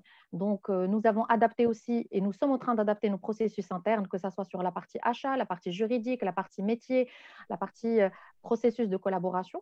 Et aussi, nous sommes en train d'apprendre, parce qu'il y a aussi cette humilité à avoir, même si nous sommes un grand groupe continental, et en fait, nous apprenons à travailler au contact des startups, et je suis contente de dire qu'aujourd'hui, certaines de ces startups sont aussi en train de signer avec d'autres filiales, c'est-à-dire au-delà d'avoir la BCP comme client, il y a aussi d'autres filiales qui vont accéder, qui vont servir de débouché justement à ces startups-là. Il n'y a pas que le FinTech, il y a d'autres programmes, il y a d'autres collaborations avec les startups. Donc voilà, c'est juste pour montrer et pour être en complément justement de ce que M. Razala a cité tout à l'heure. Merci beaucoup Zineb pour ces informations et ces compléments. Effectivement, comme vous l'avez mentionné, trouver des débouchés à ces startups, c'est vraiment le point essentiel. Il ne suffit pas de les accompagner, il faut pouvoir faire en sorte qu'ils puissent signer des contrats et que ça puisse durer dans le temps, un travail de longue haleine, vous l'avez mentionné. Alors, nous arrivons presque, il nous reste 10 minutes avant de clôturer la première partie qui concerne le challenge. Je voudrais me retourner vers nos participants qui écrivent nombreux, je les remercie pour leur donner également la parole. Professeur Enes Ktani a mentionné une question. Je ne sais pas, professeur Ktani, si vous êtes connecté parmi nous. Je vous laisse là. Voilà, bienvenue et merci pour votre question. Je vous laisse la formuler oralement. Très bien. Je vous remercie, Madame Bossi, pour cette animation. Je remercie la région pour cette très belle journée de table ronde. Franchement, il y avait de quoi monopoliser plusieurs journées sur les thématiques qui étaient là. Donc, cette thématique est très importante parce qu'au niveau de l'université, Hassan de Casablanca, nous avons un pôle insertion entrepreneuriat où on fait de l'émulation, de l'idéation au prototype et à la pré-création autour du nouveau statut national étudiant entrepreneur. Donc, j'entends bien, ce statut n'est pas juridique, c'est suite à une circulaire du ministère de l'Enseignement supérieur qui leur donne le droit d'être accompagnés par le tissu socio-économique. La thématique d'aujourd'hui m'intéresse, c'est pour ça que j'ai demandé la parole, je vous remercie. Le nerf de la guerre, c'est de dire que lorsqu'on a de très bons projets, ce serait dommage de les laisser au placard et de bénéficier de cet écosystème qui est dans ce plateau pour mettre des mécanismes, justement, pour dire que les financements sont là, il faut faire des bonnes connexions et les faire participer aux compétitions. On a entendu Innovinvest, on a entendu les challenges FinTech qu'on a présentés par Mme Zineb Beis. Donc, alhamdoulilah, le Maroc se porte bien, on est dans une bonne lignée. L'université compte 120 000 étudiants. Chaque année, on essaie d'accompagner un peu moins de 500 étudiants. Tous ne finissent pas entrepreneurs, ce n'est pas ça l'objectif. On essaie de construire la personne et si l'idée est bonne, il mérite un coup de pouce. Donc, je tenais à faire ce partage d'expérience et à bon entendeur. Merci, madame. Merci beaucoup, professeur. J'en profite pour donner la parole à d'autres participants parmi nous. Alors, il me semblait que Maroc PME devait être représenté aussi ce soir. Est-ce qu'il y a un représentant de Maroc PME parmi nous? Oui, oui, Madame Bernoussi. Voilà. Bonsoir. Bonsoir tout le monde. Donc, je me présente, je suis Mohamed Belhaj, je suis en charge de l'action régionale et partenariat. Je vous remercie de votre invitation. Je remercie aussi le conseil de la région de Casablanca pour cette initiative, parce que c'est comme ça qu'on pourra partager nos expériences et aussi présenter un fruit pour l'intelligence collective et développer les programmes de façon collégiale. Alors, voilà, Maroc PME, donc c'est un établissement public qui a pour vocation l'accompagnement des entreprises. Donc, à partir de 2015, donc Maroc PME elle a intégré dans sa stratégie l'accompagnement du volet entrepreneurial, y compris celui de la start-up. Donc, voilà, Maroc PME est là pour objectif de développer la capacité et la compétitivité de ces entreprises cibles pour qu'elles puissent sortir, se confronter avec la réalité du terrain, la réalité du marché. Justement, à travers un programme qu'on a appelé Dynamic Entrepreneurship, dédié pour les startups. Alors, l'objectif, c'est un accompagnement concentré à travers des plateformes d'accompagnement des accélérateurs. L'objectif, c'est... Pardon. N'hésitez pas à couper vos micros, messieurs, dames, si vous n'intervenez pas. Merci beaucoup. Allez-y, Si Belhaj. Voilà, donc l'objectif, c'est de valider la véracité et la pertinence de l'idée de cette startup, valider son concept et valider son business model, et aussi lui préparer à travers des rencontres avec des potentiels investisseurs et des gestionnaires de fonds qui sont capables d'intervenir pour financer le projet et de l'aider au démarrage, les accompagner aussi de bénéficier des fonds qui sont présentés, que ce soit à travers des concours financés par des coopérations internationales, des fonds internationaux, ou bien être financés à travers aussi le programme Innovinvest et Innovidia. Créer aussi des liens étroits de confiance avec l'environnement business, avec des entreprises futures clientes ou bien des partenaires potentiels, et finalement donc les aider à travers un plan de scale-up et de l'internationalisation. Alors cet accompagnement, il est financé à hauteur de 90% par Maroc PME. Actuellement, nous en avons accompagné une centaine, donc 65 qui sont déjà qui ont déjà terminé leur cycle d'accompagnement, leur cycle à travers des formations ponctuelles, du mentoring, de l'accompagnement sur terrain, de l'étude et de la validation de leur business model. Et finalement, donc, il y aura encore une trentaine en cours d'accompagnement ça fera le taux une centaine de startups qui ont été accompagnées à travers ce programme-là. Donc, mais sinon, dans le volet financement, Maroc PME, comme elle intervient dans le cadre du plan d'accélération industrielle, donc elle a aussi donc la possibilité de financer, je dirais pas des startups, mais aussi des entreprises créées pour intégrer donc les écosystèmes industriels prioritaires dans leurs projets d'amorçage.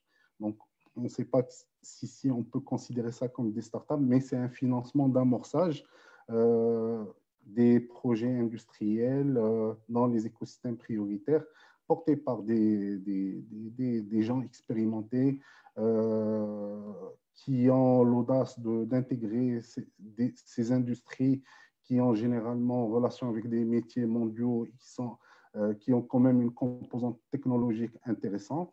Donc, nous prenons quand même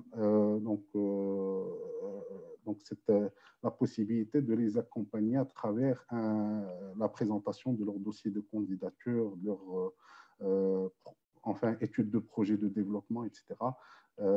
Et qu'on pourra les étudier et les évaluer pour leur attribuer un accompagnement qui peut aller jusqu'à 30% du programme d'investissement plafonné à 2 millions pour la TPE et à 10 millions pour la PME si le prévisionnel lui permet d'accéder au seuil de chiffre d'affaires demandé.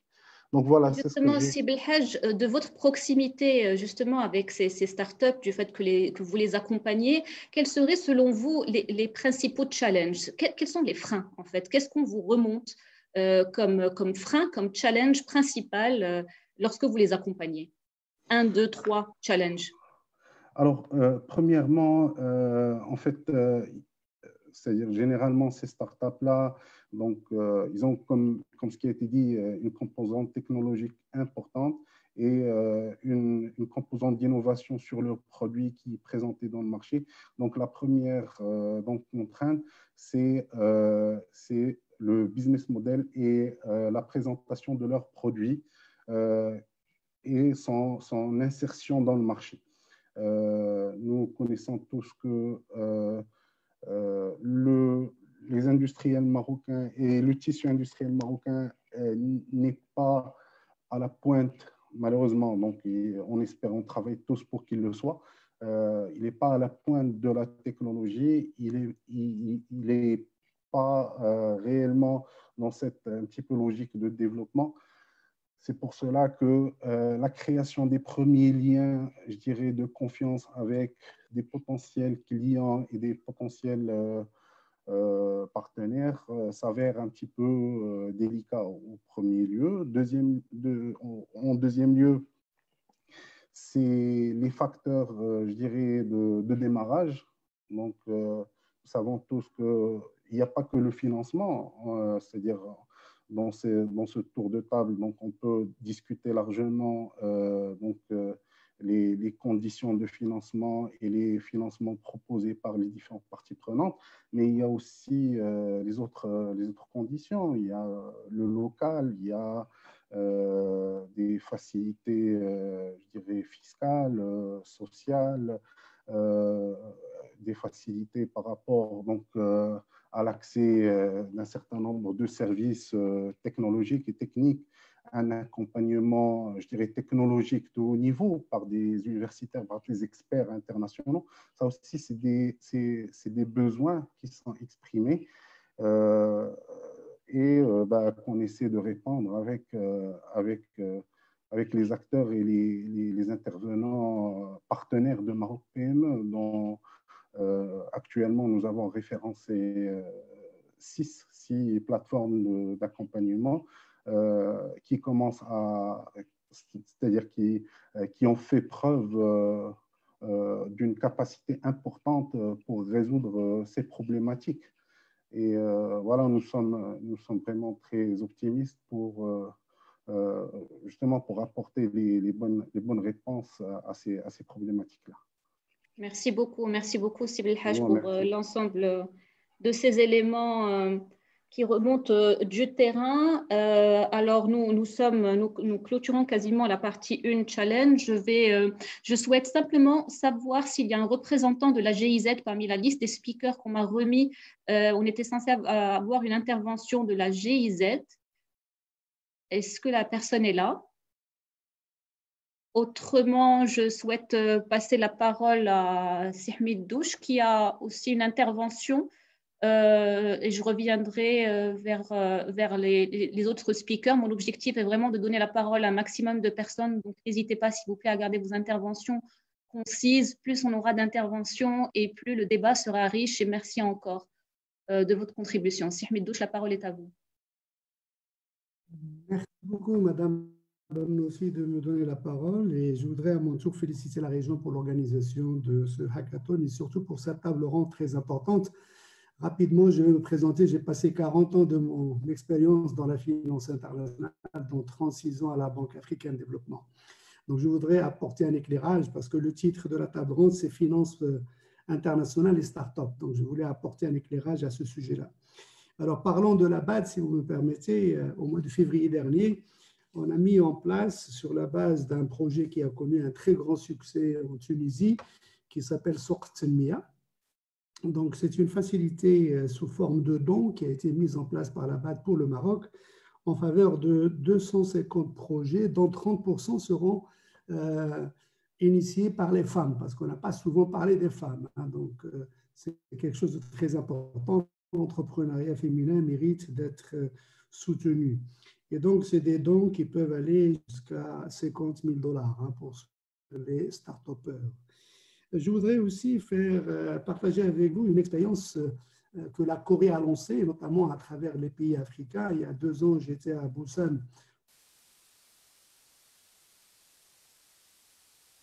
Sihmid Douche, je crois qu'on vous a perdu. Un problème technique, certainement. Est-ce que vous nous entendez? Oui, on vous entend parfaitement, madame. A priori, il y a un problème de connexion. Très bien, on reviendra vers vous, Sihmid Douche. Je passe la parole à Sil Houawi qui avait aussi une intervention. La parole est à vous. Votre micro, s'il vous plaît. Votre micro est coupé.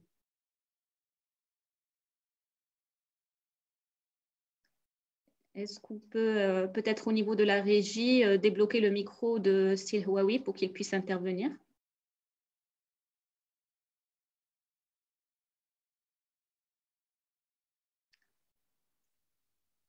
Voilà, c'est fait. S'il peut prendre la parole, Monsieur Houawi.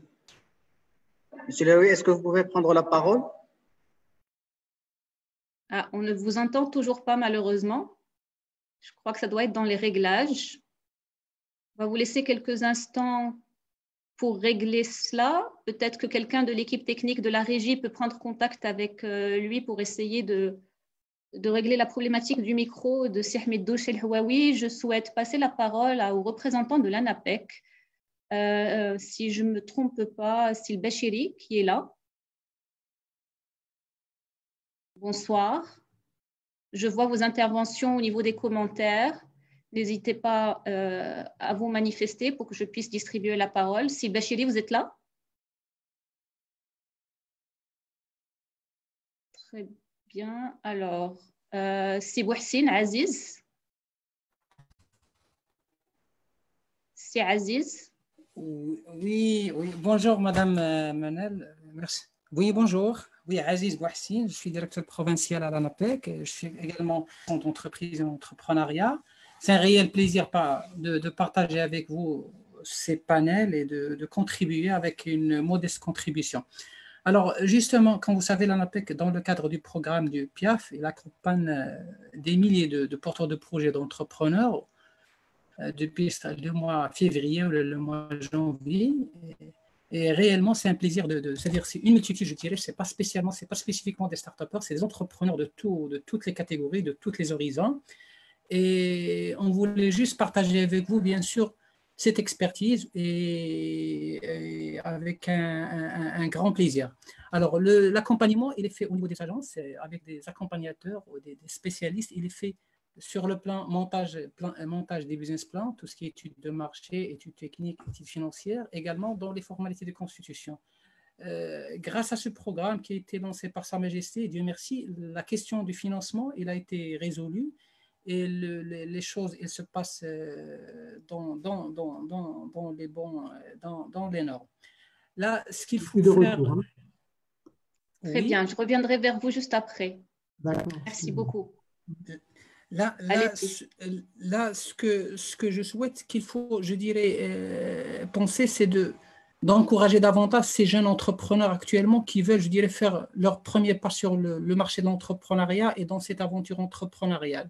Pourquoi penser, bien sûr, à imaginer des solutions innovantes pour cette catégorie d'entrepreneurs, type la solution qui a été proposée, je crois, par la CGM, c'est-à-dire pour la première commande. Actuellement, il y a une grande partie, surtout avec la nouvelle vague et surtout avec les avantages en termes de financement, les crédits et les taux de crédit qui sont très avantageux. Pourquoi penser, je dirais, à faire une cartographie au niveau de la région, pourquoi pas, c'est-à-dire une cartographie pour l'année 2020, 2021, ainsi de suite. Toutes les créations, toutes les entrepreneurs qui ont monté leur business, leur projet durant cette année, pourquoi les recenser et les répertorier et pourquoi je dirais les favoriser, les premières commandes, surtout les premières commandes. Ça serait, je dirais, une idée qui est, je dirais, une solution, c'est provisoire, c'est vrai, mais ça va leur permettre, je dirais, de faire un avant-goût dans le business et dans le monde des affaires. Je vous remercie, madame. Merci beaucoup. Merci beaucoup à vous pour cette intervention. Sir Middo, vous êtes de retour parmi nous. Vous souhaitiez apporter un éclairage sur le financement international. À vous la parole. Voilà, merci beaucoup. Je suis désolé, j'ai été coupé, donc ça a pris quelques minutes pour me reconnecter. Je vous en prie. Voilà, je voudrais revenir aussi au financement de la Banque africaine de développement. Récemment, dans le cadre de la lutte contre le Covid-19, la BAD a octroyé un prêt de 264 millions d'euros au Maroc, dont une partie va être utilisée pour soutenir la PME, la TPE et surtout pour sauvegarder l'emploi au niveau national et surtout dans notre région de Casablanca. Et il y a un volet aussi soutien financier pour l'auto-entrepreneuriat et les startups. Et pour revenir à ce que je disais tout à l'heure à propos donc, de la Corée octroie donc 5 prix qui vont de 10 000 pour le 5e prix jusqu'à 120 000 $. Pour le premier prix. Donc, je voudrais inviter et encourager les start-upers marocains à regarder ce programme-là. Il va démarrer au mois d'août et puis il y a une deuxième cohorte qui va commencer au mois de janvier et elle est ouverte pour le Maroc. Et je termine pour faire une proposition dans le cadre des recommandations qu'on va formuler pour la synthèse de demain. J'ai voyagé à travers le monde et mon intérêt a été porté sur la station F à Paris. Donc, il y a un environnement où les start-upers se retrouvent tous ensemble et il y a un écosystème. Ils sont même logés sur place. Il y a les bailleurs de fonds qui viennent chez eux. Et j'ai vu un projet très simple. Aujourd'hui, nous parlons du Maroc qui fabrique les masques. Il y a une jeune start-up qui a construit des masques, n'est-ce pas, comme avec des casques qu'on porte lorsqu'on conduit une moto, destinée au marché asiatique, tout simplement suite à un voyage réalisé en Asie. Et on a constaté qu'en dehors de la période du Covid, les gens portent systématiquement le masque à cause de la pollution de l'air. À Beijing, si vous allez là-bas, vous n'allez pas respirer si vous ne portez pas, n'est-ce pas, un masque, etc. Alors, ils ont conçu un masque et ils ont levé 2 millions d'euros en 48 heures. Parce qu'il y avait un marché énorme, n'est-ce pas, pour l'Asie, etc. Donc, il faut encourager l'innovation. Et je termine en disant que le problème du financement ne va jamais se poser. Il faudra surtout nous montrer les success stories. Combien de success stories au niveau des startups nous avons au Maroc? Moi, je pense qu'on peut les compter sur les doigts. Donc, encourageant les jeunes, nous avons les universitaires, nous avons les experts, on peut faire du benchmarking avec ce qui se passe au niveau international pour que le Maroc يكون قدوة حسنة ماشي غير بلادنا ولكن حتى في المغرب العربي أو في إفريقيا. وشكرا لكم جزيلا. Shukran Sih Middouche, merci beaucoup. Vous m'offrez une transition parfaite pour notre deuxième partie de cet atelier. Nous sommes parfaitement dans les temps, il nous reste une vingtaine de minutes pour aborder les recommandations concrètes. Mesdames et messieurs, n'hésitez pas à continuer à nous faire part de vos constats et les challenges dans la partie commentaires. Soyez assurés que tout sera pris en compte dans le cadre de la synthèse que nous ferons demain. Sur la partie challenge, donc pour récapituler rapidement avant de passer à la partie recommandations, on a abordé beaucoup de choses en termes de constats et de challenge, la problématique de la formation, d'adapter la formation et notamment sur l'aspect technologique, les soft skills, savoir établir un business plan, comment se présenter, développer l'esprit entrepreneurial le plus tôt possible. L'offre qui est présentée à ces start-upers ne peut pas être standard, elle doit être adaptée en fonction du cycle de vie et du niveau de développement de la start-up. Des problématiques plus pragmatiques comme trouver un local, trouver un mentor pour pouvoir avancer son projet, l'aspect fiscalité, le cadre global, mettre à disposition un cadre pour ces jeunes start-upers, l'entrepreneuriat féminin à développer. Merci Sih Middouche, c'est un point extrêmement important. Et donc, pour passer à la partie recommandation, ma question va s'adresser à vous, Sih Adil, et votre proposition de start-up d'État. Parlez-nous de ce concept. Merci Manel. Je me présente, donc je m'appelle Adil Mlini, je suis président de l'Association professionnelle des marques marocaines, mais avant tout, je suis aussi entrepreneur d'une toute petite entreprise que j'essaie de faire vivoter, je vais dire, dans ces temps qui sont durs. Pour ceux qui ne le savent pas, moi j'ai animé le panel qu'il y avait juste avant Madame Barnossi, qui était celui du commerce de proximité. Et comme vous l'avez tous certainement lu, il s'agit d'un hackathon. Et donc, hackathon, ce n'est pas comme un marathon, donc c'est hacker. Hacker, c'est aller pour améliorer. Donc, l'une des idées qui est ressortie de notre atelier, et je vois que Sih Middouche est là et que nos deux recteurs sont là aussi des deux universités Hassan II et Mohamed V, on a eu l'idée de créer une start-up d'État.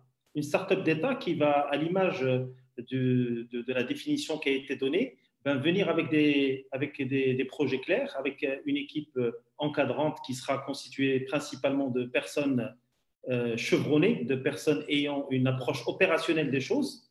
Et je profite du parterre de financiers qui sont là et pour leur dire que si, par exemple, j'étais en train de pitcher sur une start-up d'État qui avait pour objectif de faire migrer, c'est comme le disait le CESE aujourd'hui en communiqué officiel, migrer ces 15 millions de travailleurs non réglementés au Maroc, c'est-à-dire 60% de la population active marocaine, je le précise, à créer des structures qui, elles, seraient réellement renforcées par l'expertise d'un parterre de personnes chevronnées, avec des projets aussi simples que ceux, par exemple, de créer des PCP, des plateformes de commerce de proximité, où les gens pourraient travailler en sécurité, dans des conditions d'hygiène, mais surtout dans la dignité que nous souhaitons tous pour nos concitoyens.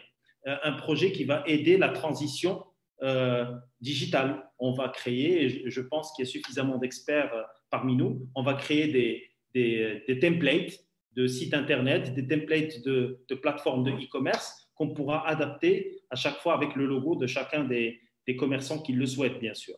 Est-ce que vous serez partant à financer notre projet? Moi, j'ai déjà eu deux financements. J'ai eu deux recteurs de deux grandes universités. Ils ont à peu près 130 000 personnes qui m'ont cru comme ça et qui m'ont donné un espace, qui ont voulu travailler gratuitement avec moi pour pouvoir lancer ça, bien sûr, avec le concours de la région. Est-ce qu'il y aurait quelqu'un parmi vous qui pourrait me donner du support? C'est ça ma question. Parce qu'on est là pour trouver des solutions. Manal l'a rappelé. Parce que demain, avec Sibakouré, il faudra qu'on remette une copie. Et cette copie, elle doit être constituée uniquement de propositions. Alors, est-ce que je peux compter sur le chéquier d'un de d'une des personnes qui est parmi nous. Et ben voilà, l'appel est lancé. Merci beaucoup, Adil. On ne peut pas faire plus clair et plus direct comme sollicitation. C'est comme ça. À bon entendeur. On n'a pas parfois la délicatesse ou la robotisation de faire passer des PowerPoint, parce que nous, vous le savez très bien, moi je ne parle pas de start-up, moi j'ai écrit un bouquin qui s'appelle Start Down. Nous, on démarre par le bas, on ne démarre pas par le haut. Nous, on a des idées, parce que la start-up, c'est une idée, hein, ce n'est pas une entreprise, juste pour rectifier, c'est une idée qui a du potentiel. Le potentiel, il est là. La preuve, on a 2 grands doyens qui nous ont suivis. On a une région qui est derrière nous. Alors, c'est comme Abdeltef, il me voit, il me soutient avec ses mains de doyen. Alors, qui va nous financer à Abdeltef? On demande. Qui va nous financer? Abdeltef était prêt à me donner un local, me mettre des doctorants à ma disposition et à travailler gratuitement avec son expertise pour aider la région à arriver à des objectifs. Parce que nos entrepreneurs, nos PME, PMI, 95% de notre est issu, qui n'ont pas forcément des PowerPoint, qui ne parlent pas anglais, qui ne parlent pas français, comme on le voudrait. Hein? Ils ont la fac de sciences aussi. Voilà, la fac de sciences, bien sûr, c'est Talbi Ma'ana Taoua. Voilà. Merci de nous faire honneur. J'en prie. Je vous ai dit que les doyens, ils étaient derrière moi, donc ils le manifestent. Donc, je vous disais aujourd'hui, comment est-ce qu'on peut, à ces personnes qui n'ont pas cette science infuse, qui n'ont pas cette idée de la haute finance que vous représentez, comment est-ce qu'on peut les financer? Comment est-ce que demain, ils peuvent vous refaire confiance? Comment est-ce qu'on peut leur donner injecter dans leur business de l'argent qui va faire qu'ils vont vivre dignement, payer des salaires, payer les écoles de leurs enfants et démarrer finalement, créer de la valeur pour cette région que nous défendons tous? Merci. Merci, Adil, merci pour ce langage de vérité. Merci pour ce coup de boost et de pêche que tu nous as remis. C'est bon. Alors, quelqu'un souhaitait intervenir? Moustachi. C'est Moustachi. Marhaba Sidi. Marhaba. Et après, Sif Swen. Voilà. Merci beaucoup, Madame Bernossi. C'est uniquement pour rebondir à la proposition, à l'appel d'El Adil El-Mnini. Donc, l'INSAM de Casablanca, moi, en tant que directeur de l'INSAM de Casablanca, on mettra à votre disposition toute notre infrastructure, nos moyens techniques et technologiques si vous avez un projet technique et technologique. Nous sommes prêts à le réaliser avec vous. Je sais que c'est un problème énorme pour les porteurs de projets innovants. Donc, voilà, l'INSAM de Casablanca est prête à vous aider et à aider tout porteur de projet, y compris les organismes et institutions d'accompagnement des porteurs de projets innovants. Je propose des applaudissements virtuels pour ces Moustachi. Merci beaucoup. Je ne pouvais pas espérer mieux que ces crosses. Allez-y, c'est Adil, une réaction. Vous voyez, c'est ça la synergie. Aujourd'hui, normalement, nous, les humains, on doit interagir entre nous et via le digital et via uniquement cette interaction, on a pu, à travers un hackathon, regardez, l'ENSAM, l'université Hassan II, l'université Mohamed V, tout le monde est partant. J'ai M. Hamid Douche qui me suit, les yeux fermés, avec toute son expertise internationale. J'ai Siktani qui me regarde avec des yeux qui me dit « Je suis avec toi aussi », je le vois. On est tous derrière. Maintenant, si vous nous donnez un peu d'argent, ben moi, je peux vous promettre que demain, en défendant le dossier en face de M. Bakori, j'aurai non seulement un concept qui marche, j'aurai un plan de financement qui tient la route et j'aurai toute la motivation pour faire gagner ma cause, celle de la région. En tout cas, j'aurais vraiment du mal à croire qu'avec cette énergie, cette motivation, vous ne le trouviez pas. Donc, tout mon soutien, c'est Adil, encore une fois. Alors, j'avais promis la parole parce que je vois que le temps court et je souhaite honorer vos engagements. Madame Bernossi, vous pouvez me donner la parole tout à l'heure, c'est Fikret Mohamed. Après les amis. Marhaba, à quel honneur, merci, allez-y. Là, تكملوا les amis, تكملوا ceux qui me précèdent. Qui, je pense, c'est Talbi Waqila, non? Alors, Sif Swen, d'accord. Et on va passer à Sil Huawei qui avait un problème de micro. Et on terminera par vous, Sif Fikret, avant de faire la clôture de l'atelier. Allez-y. Merci. Très bien. Mais merci, Madame la Présidente. Vous m'entendez? Tout à fait. Allez-y, Sidi. Très bien. Ça tombe bien. Depuis tout à l'heure, j'ai demandé la parole pour aller dans ce sens-là. Si Mohamed Mamou tout à l'heure, il a posé quelques problèmes qui sont liés à l'hébergement, à l'accompagnement, à la formation. Si Adil Lemnini vient de lancer un appel, donc moi je représente la cité d'innovation de Stade. Il n'y a pas que Casa, on parle de la région Casablanca, Stade. Je ne sais pas si vous connaissez la cité d'innovation de Stade. Nous avons presque de 2300 mètres carrés. Nous avons des espaces de coworking, nous avons un incubateur, nous avons un accélérateur, nous avons des open space. Nous demandons à la région, à nos partenaires de venir. On est prêt à mettre à votre disposition nos locaux pour accompagner ces projets. Je saisis l'occasion parce que parmi nous aussi, il y a le secteur bancaire. J'appelle, il y a la BCP, il y a aussi le Innov Invest. Nous avons besoin d'un soutien également parce que, comme on est à Stade, pour drainer les jeunes et pour qu'ils viennent à Stade, il faut qu'on développe suffisamment de partenaires qui peuvent soutenir ces jeunes-là. J'en ai parlé aussi à M. Sayer de l'AREP et on est à votre disposition, à votre écoute et on est prêt à collaborer dans ce projet de start-up d'État. Merci. Merci beaucoup. Effectivement, Cité d'innovation, j'invite tout le monde à aller visiter. Ça vaut la visite. Allez-y, Sylvia. Merci, Madame Balanci. Bonsoir tout le monde. Au passage, je remercie si vous pouvez couper les micros. Merci beaucoup. Allez-y, Sylvaoui. Au passage, je remercie la région pour d'avoir offert cet espace d'échange et de partage à un moment si difficile et qui coïncide avec cette pandémie Covid-19. Je crois qu'avec l'Agence nationale des ports, nous avons énormément de relations avec la région sur pas mal de questions de par son importance dans un secteur aussi stratégique que celui portuaire.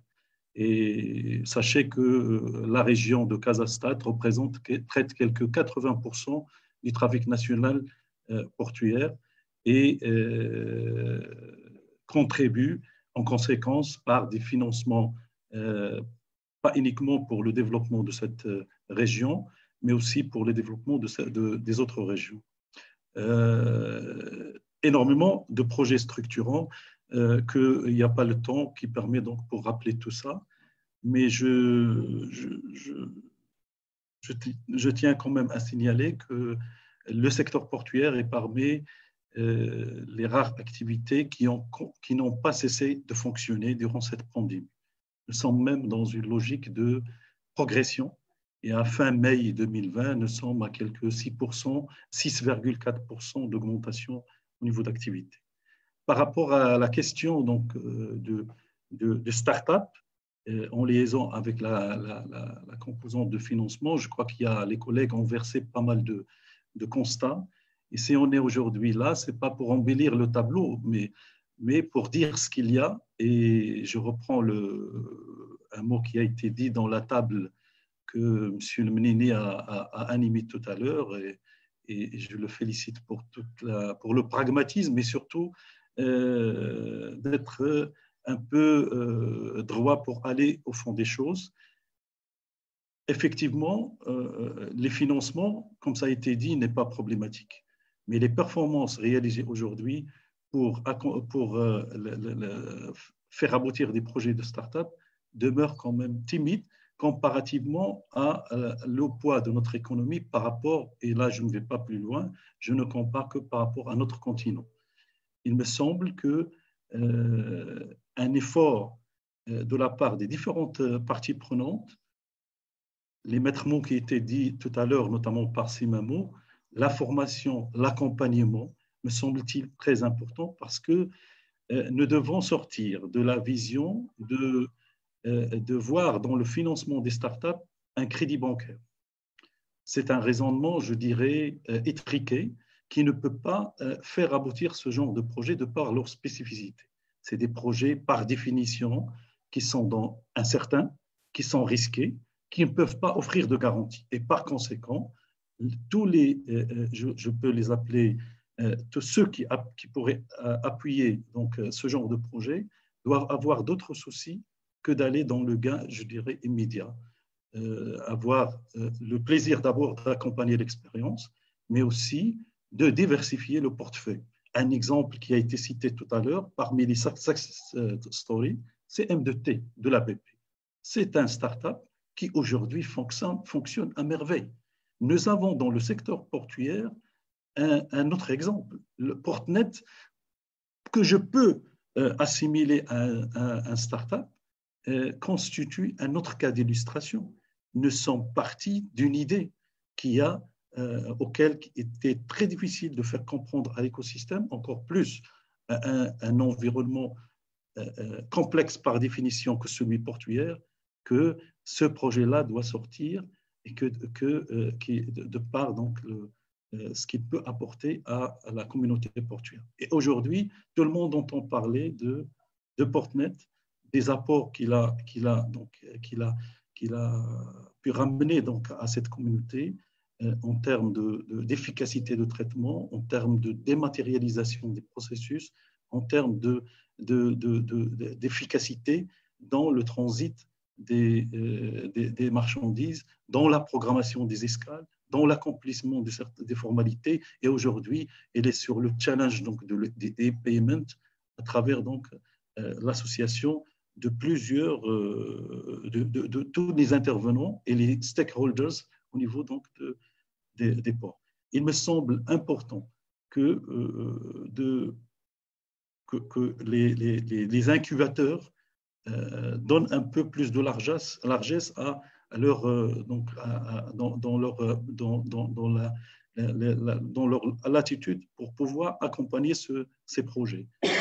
Nous avons aussi, les banques sont des parties prenantes à part entière, beaucoup d'efforts, mais encore plus dans l'assouplissement de faire aboutir les financements en question avec ces startups et l'accompagnement est important. Ça me rappelle en fait, au-delà du financement, c'est l'accompagnement managériel qui doit être de règle dans ce genre de projet. Vous l'avez dit, Madame Bernoussi, un effort doit être fourni au niveau, je dirais, d'incitation fiscale pour ce genre de projet, pour permettre que des projets puissent voir le jour, puissent, disons, ramener de la valeur ajoutée, parce que les startups, lorsqu'on intègre la composante développement, la composante croissance et la composante impact sur l'emploi, c'est des projets qui sont très porteurs à plus d'un titre. Merci beaucoup, Sylvain. Merci Sylvain pour votre intervention. Je ne voudrais pas vous presser, mais je sais qu'il y a d'autres personnes. Nous arrivons à la fin de notre atelier. Je ne voudrais pas abuser de votre temps. Je suis sûre que vous attendent. Un dernier mot pour clôturer. Parce que vous l'avez dit hier dans la séance d'ouverture, c'est un sujet qui est vague, qui embrasse à la fois deux composantes extrêmement importantes. C'est la finance internationale et puis c'est les startups. Merci. Merci beaucoup. Merci infiniment pour votre intervention très pertinente. Sifikrat, après Sifikrat, Madame Bernoussi, si je peux, j'ai demandé la parole tout à l'heure. Je suis le doyen de la fac de droit et d'économie. Après Sifikrat, bien sûr. Mais un petit mot. Je suis très respectueux du monde académique. Là, Monsieur le Président, merci beaucoup. Un grand merci à Madame Bernoussi. J'ai suivi par intermittence votre animation. Bravo. Et je suis très admiratif par rapport à tout l'effort et l'énergie qui se dégagent de la part des différents participants et puis aussi avec ces lignes. Je voulais juste partager avec vous une expérience que nous avions faite à Kuzumar. Nous avons lancé Qafilat al-Ibda'. Qafilat al-Ibda', c'était une tournée dans les 5 régions où nous sommes présents et c'était un appel à projet et nous avons, grâce à cette opération, détecté 17 900 porteurs de projets. Pour la partie de la région de Casablanca-Stade, à Sidi Ben Nor, il y a eu 3660 projets, dont 2840 dans le rural. et nous avons privilégié, si vous voulez, l'excellence. Donc, il y a tout un ensemble du jury, il y a plusieurs parties prenantes. Aujourd'hui, nous sommes à la demi-finale, il y a 55 projets qui ont été shortlistés à l'échelle nationale et on va aller vers une finale avec 10 projets, mais nous n'allons pas abandonner tous les demi-finalistes. Et l'une des particularités des start-upers ou les porteurs des projets, c'est d'abord pour qu'ils se fassent connaître. C'est un peu l'objectif de Qafilat al-Ibda'. Le deuxième objectif, il y a de grands besoins, même dans la manière de présenter son projet. Donc, des besoins de formation en soft skills, plus aussi la gestion, etc. Et c'est pour ça que nous avons engagé tout un programme qui a été même implémenté pendant la période du Covid, de soft skills et de notions sur les finances, etc. Et on leur a appris la manière de pitcher, comment présenter leur dossier pour qu'il soit bancable. Et dans les zones rurales, nous avons distribué des tablettes et des connexions pour que les gens puissent suivre ces cours par visioconférence. Et je suis prêt à refaire une expérience, s'il le faut, similaire sur les autres localités de la région de Casablanca-Stade, surtout si j'ai des gens dynamiques, Madame Barnoussi, Hassi Lemnini, je serais intéressé pour penser, parce que ce n'est pas un problème de financement, absolument pas. C'est beaucoup plus une mise en forme de l'idée. Ces fikrat, il y en a d'autres plus dynamiques. Pardon? Il y en a énormément, des forces vives. Les forces vives du royaume, il y en a beaucoup. Alhamdulillah. لا مازال ما كملتش il m'a interrompu. Allez-y, خير سميتو في الختام مسك. Bien sûr, beaucoup de forces vives, comme dit ما تابعتش le nom ديالو شكون اللي يتكلم سي الهواوي. سي هواوي ماشي ديال لاشين ديال لو ماروك ياك هواوي ولا زواوي Monsieur Lehoui, Monsieur Lehoui. Donc c'est pas dire la Chine. Non, qu'on a eu le plaisir de se voir dans pas mal de... Non, c'est juste pour vous taquiner. Mais si vous voulez, ce que nous avions fait, nous ne l'avons pas fait seul en tant que Kouzima. Nous avions avec nous le monde académique. Il y avait des professeurs, il y avait beaucoup d'autres personnes de bonne volonté. Et on est prêt à refaire la même expérience, peut-être en mieux, mais concentré sur la région de Casablanca-Stade.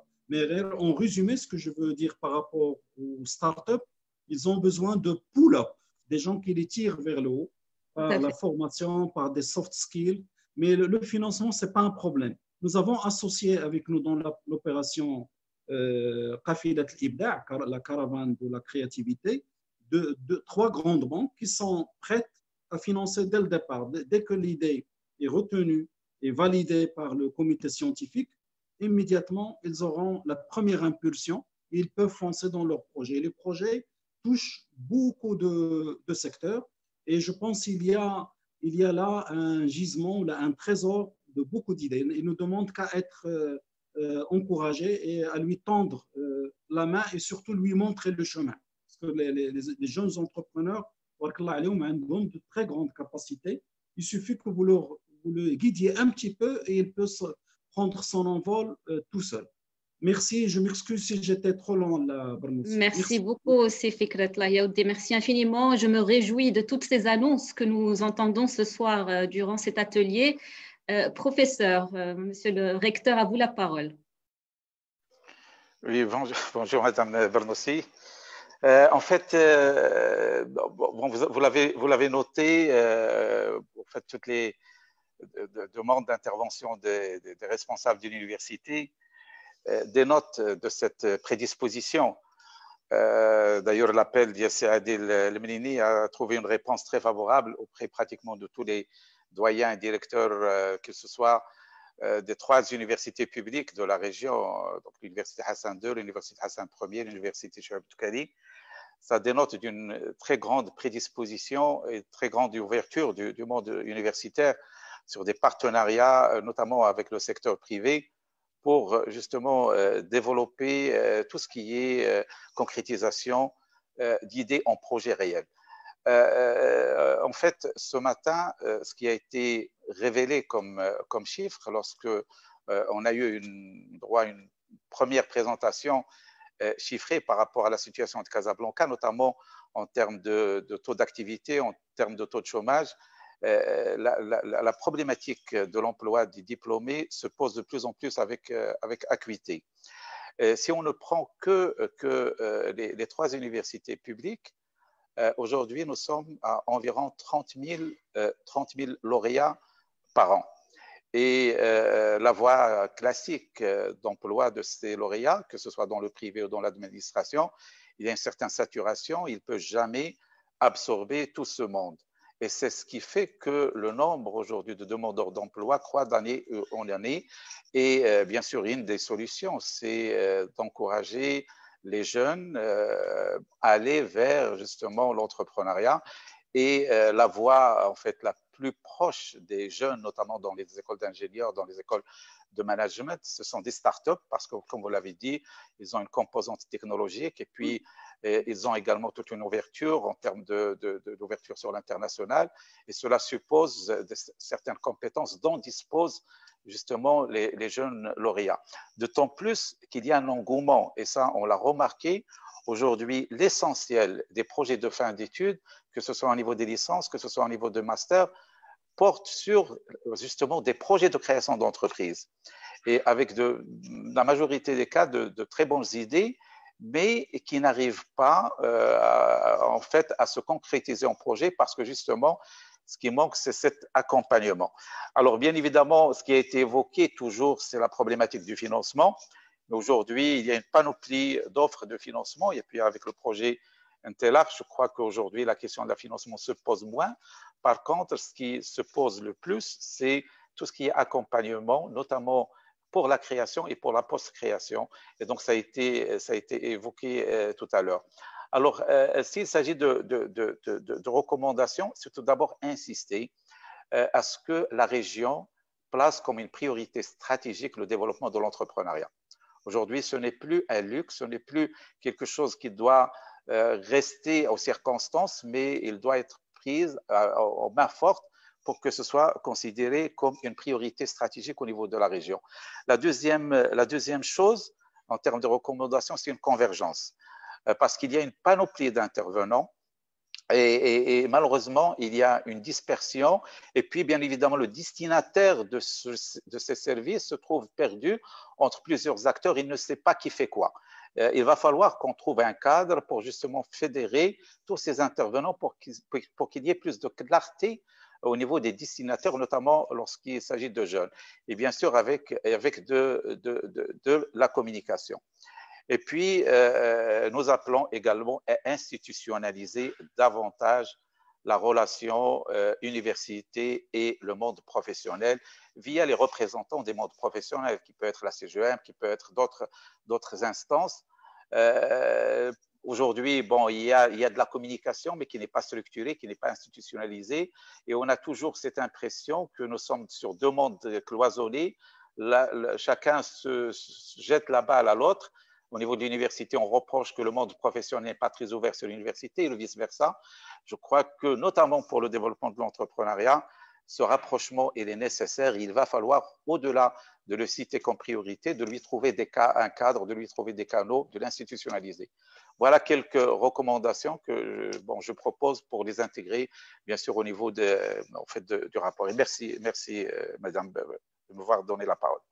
Merci beaucoup, Monsieur le doyen de la Faculté des sciences. Merci à vous pour cette analyse complète et exhaustive.